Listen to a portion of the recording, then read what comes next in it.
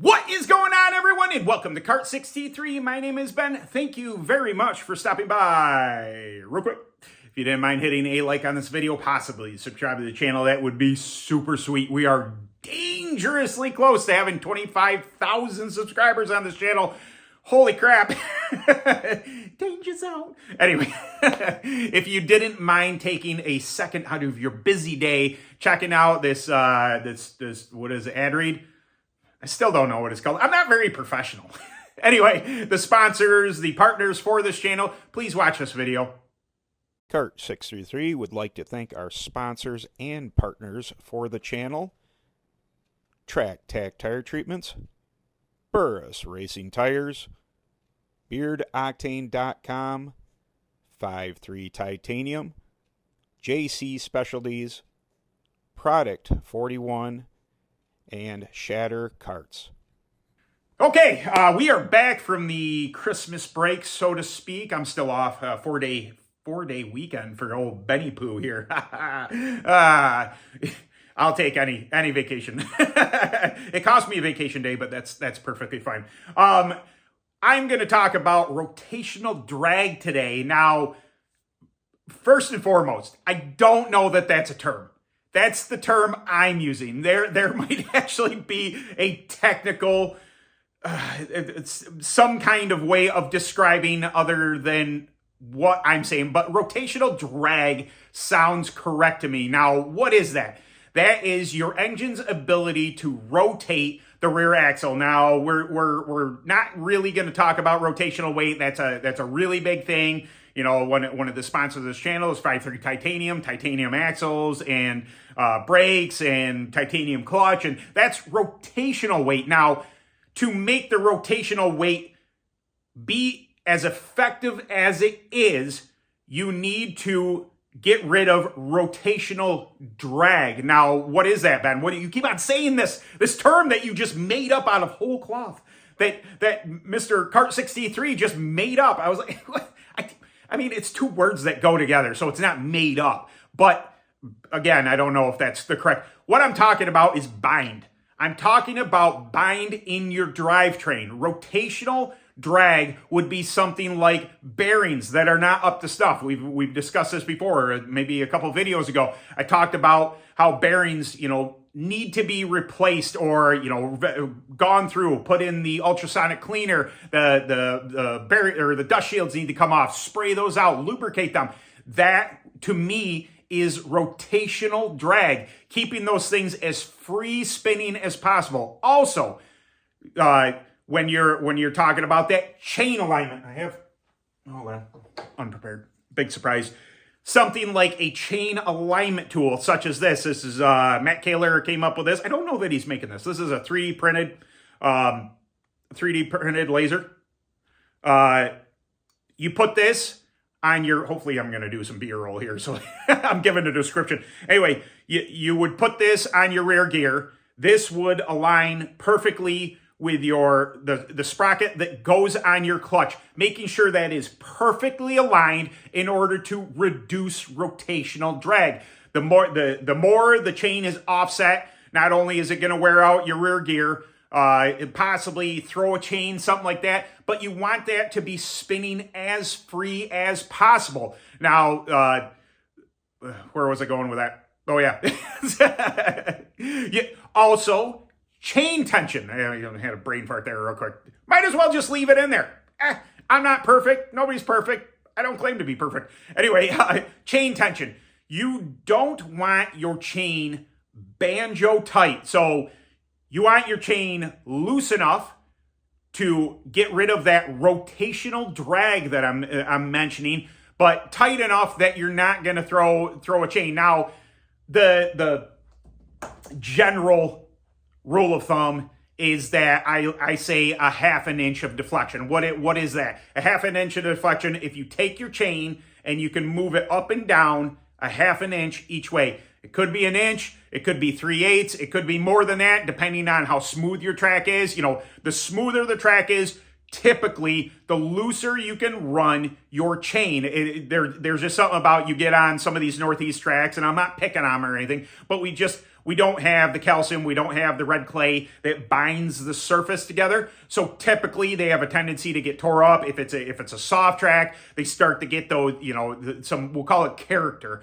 not bumps, but character. And therefore the chassis is constantly moving, and that chain is the rear engine frame rails are flexing, and that's causing that chain to kind of, this is kind of weird, but back and forth. So it's causing that chain to get looser and tighter. It's actually adding more deflection into the chain, and in that deflection, it's possible to go ahead and lose your chain during there, but it is absolutely optimal to keep that as free as possible. Now, when you're talking about the front end, again, with the bearings, again, with care for your front end parts, this is rotational drag. The drivetrain is one thing. You have that completely free. You are getting all the horsepower. The freer the rear rotational drag is, the more horsepower you're able to apply to the ground. Now, it is also pushing something. It is pushing the entire cart. Where does that come in? Your front hubs, your front bearings, your spindles. Keeping those lubricated, keeping those free. You don't want the hubs to be shucking in and out, because that will affect your handling. That's going to create a whole bunch of problems, not only with your cross, but vibration, all sorts of things. You want that tight enough that the hubs aren't moving side to side, but free enough that the bearings are allowed to just go without going.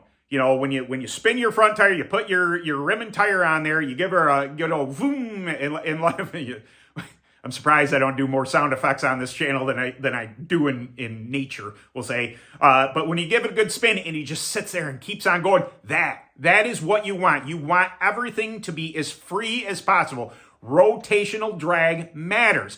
This is it's more so, it's common knowledge, we'll say, for the more experienced racer, for the more experienced kart racer, especially in clone. Again, with these things that I talk about in clone racing can be done in UAS.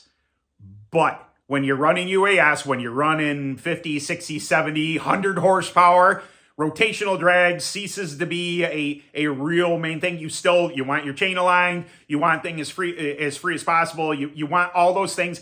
Is critical? No, not really, because your horsepower is just going to push through that anyway. Now, I will say that, if you have your front end bound up, when you enter the turn, that is going to have an effect on handling. Say you got a right front hub that isn't spinning freely on the spindle. That is going to cause a handling issue. So it does play a part. It's just not as big of a part. When you're talking about a clone, you want to keep things like your seat unbound. You want to keep your Nerf bars unbound. The same goes for your rotational drag. It goes for the bearings and the chain and everything else like that. Just a tidbit for your new racer that, hey man, I got the chain on, the chain hasn't fallen off. Great. I think it's fantastic. You're not going to lose a race because your chain fell off, but you could be costing yourself horsepower if that rotational drag is a factor. If you are not utilizing all the horsepower that your engine can get. A clone in itself, or a Predator for that matter, they don't make a lot of horsepower. I mean, when I hear about people dynoing engines, they're talking about, 0.2 horsepower more for running this oil, or I managed to get 0.3 more horsepower out of that. That's a big deal. If your engine builder is able to get the extra horsepower, you don't want to kill your ability to apply that to the ground, and something like rotational drag could be costing you that little bit of horsepower. But I thought it was a cool concept. Somebody had asked me about bearings just randomly on one of my videos, and how if bearings equaled horsepower, and I thought, yes they do, and that was an inspiration for this video. It is something, like I said, something that, a long-time kart racer, somebody who's been doing it 20 plus years, we know this. Doesn't mean we're perfect at it, doesn't mean we don't have these problems, but we know this type of thing. And I thought, this channel is made for learning. It is made for teaching people about kart racing, and rotational drag, whether or not that's the correct term or not, is one of those things. So please pay attention to that. Keep your rear axle, keep your bearings freshened up, keep your chain in a line. Fresh chain every now and again is a perfect deal. If you're not going to if you're not going to replace your chain, might I suggest this? Clean your chain really well. Spray it off if you're washing it, whatever it is. Spray it off with brake clean. Get all that debris off there. If you have an ultrasonic cleaner, perfect. Put it in the ultrasonic cleaner.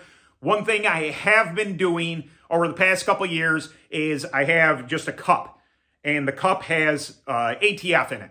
I take my whole chain when I break down the cart for washing. I take the whole chain and I put it in that cup of ATF. I think it's purple. What is that? I don't want to say purple power. The Royal Purple ATF. I had it from the when I ran a wet clutch on my Open.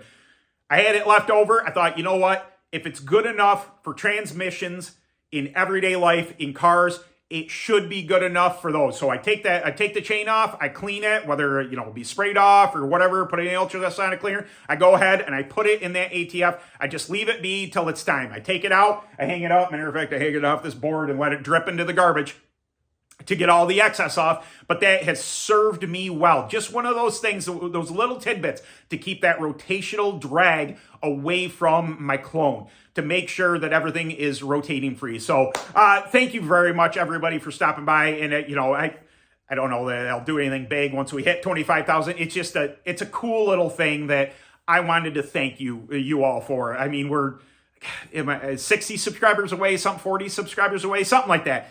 It is crazy, and I can't thank you all enough. I'll probably go, woo, when we actually hit the mark. But I just wanted to, first and foremost, put it out there that without you, there is no me. There is no channel. There is no Kart 63. Thank you very much, everybody, for the support every week, coming by and doing this. I really, truly appreciate it. Anyway, it's a little cold out here, but I am using the go to workout thing and come off a workout, and I'm still warm, so it's not that bad out here.